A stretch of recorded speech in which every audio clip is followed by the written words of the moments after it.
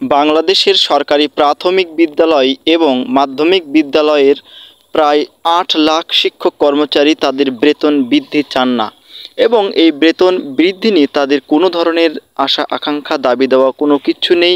এটি সরকারের কাছে এক রকমের তারা মুচলেকা দিয়ে কান ধরে মাপ চেয়েছে বলেই ধরে নেওয়া যায়। চলুন আমরা ভিডিওর মূল আলোচনার দিকে এগিয়ে যাই। কথাগুলো শুনতে খারাপ লাগলেও এটি কিন্তু চরম বাস্তব এবং শেষ পর্যন্ত দেখবেন, তাহলে মূল ব্যাপারটি আসলে বুঝতে পারবেন। একটি লাইক দিয়ে ভিডিওটির সঙ্গেই থাকবেন আর সাবস্ক্রাইব করে চ্যানেলটির সাথে যুক্ত হয়ে যাবেন।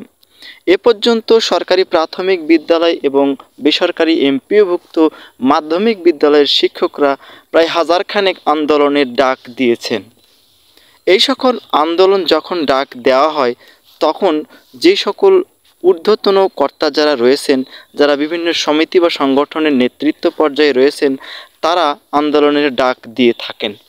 পেছনে যত শিক্ষক রয়েছেন সারিতে, তারা সবাই মনে করেন যারা আন্দোলনের ডাক দিয়েছেন তারাই এটা পালন করবেন, সেটা আমাদের অংশগ্রহণের কোনো দরকার নেই, কারণ আমরা তো বেতন বৃদ্ধি হবে আরামসে বসে বসে পেয়ে যাব। ফলে যারাই আন্দোলনে যান হাতে গোনা মাত্র কয়েকজন, শেষ পর্যন্ত তারা হাসির পাত্রে পরিণত হন। এমনকি বিভিন্ন আন্দোলনে যে সকল শিক্ষকরা আহত হন, রক্তাক্ত হন, তাদের দেখভালের কোনো বন্দোবস্ত পর্যন্ত শেষ পর্যন্ত খুঁজে পাওয়া যায় না।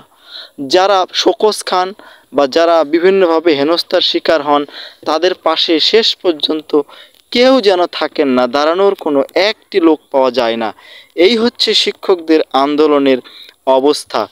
গত কিছুদিন আগেই প্রাথমিক বিদ্যালয়ের সহকারী শিক্ষকদের ১০ম গ্রেডের আন্দোলনের যিনি ব্যক্তি ছিলেন মাহবুবুর রহমান স্যার, তিনিও কিন্তু বলেছেন যে এই স্বার্থপরদের জন্য নাকে খত, যারা মনে করে যে শুধু বসে বসে শুয়ে শুয়ে স্বপ্ন দেখলেই এই কাজটি হয়ে যাবে। আসলে দেখুন, মাধ্যমিক বিদ্যালয়েও কিছুদিন আগে তালা কর্মসূচি ঘোষণা করা হয়েছিল। তালা কর্মসূচির ফলাফল কি হয়েছে? ওই ঢাকায় বসে তালা কর্মসূচি ঘোষণা হয়েছে আর সমস্ত এলাকায় সমস্ত বিদ্যালয়ে যথারীতি পাঠদান চলেছে। ফলে যারা আন্দোলনের ডাক দিয়েছেন শেষ পর্যন্ত তারা কিন্তু হাসির পাত্রে পরিণত হয়েছেন এবং তারা কিন্তু অপমান বোধ করেছেন। তো এইভাবে আসলে হয় না। যারা আপনার পক্ষে দাঁড়াবে তারা যদি শেষ পর্যন্ত এভাবে অপমানিত হয় তাহলে কিন্তু তাদের আসলে আর উপায় থাকে না। শেষ পর্যন্ত তারা কিন্তু চাকরি হারানোর ভয় থাকে। আমি যে ভিডিওটি করছি, আমি যে কথাগুলো বলছি, যদি কোনো সমস্যা হয় একজন শিক্ষক হিসেবে আপনারা কেউ কিন্তু একজনও পাশে থাকবেন না। আসলে এই পরিস্থিতিতে ধরেই নেওয়া যায় যে শিক্ষকরা বেতন বৃদ্ধি চান না, ফলে তারা এরকম অসহযোগিতা করে থাকেন। কারণ তারা যদি চাইতেন সবাই মন থেকে ৮ লক্ষ শিক্ষক, তাহলে তারা ন্যূনতম সহযোগিতামূলক আচরণ তারা করতেন, কিন্তু সেই সহযোগিতামূলক আচরণ কিন্তু শিক্ষকদের পক্ষ থেকে পাওয়া যায় না।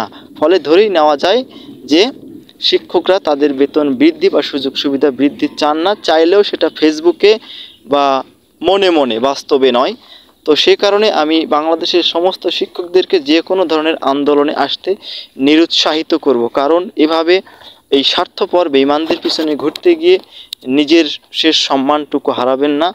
যদি কোনো দিন ৮ লক্ষ শিক্ষক এক সুতায় আসতে পারেন, যদি একই সিদ্ধান্তে একই মতে উপনীত হতে পারেন এবং সশরীরে সবার সম্মতি থাকে, তবেই কেবলমাত্র যাওয়া যাবে। তার আগ পর্যন্ত সমস্ত শিক্ষকদেরকে আন্দোলন বা এই ধরনের যে কোনো কার্যক্রমে আমি নিরুৎসাহিত করছি।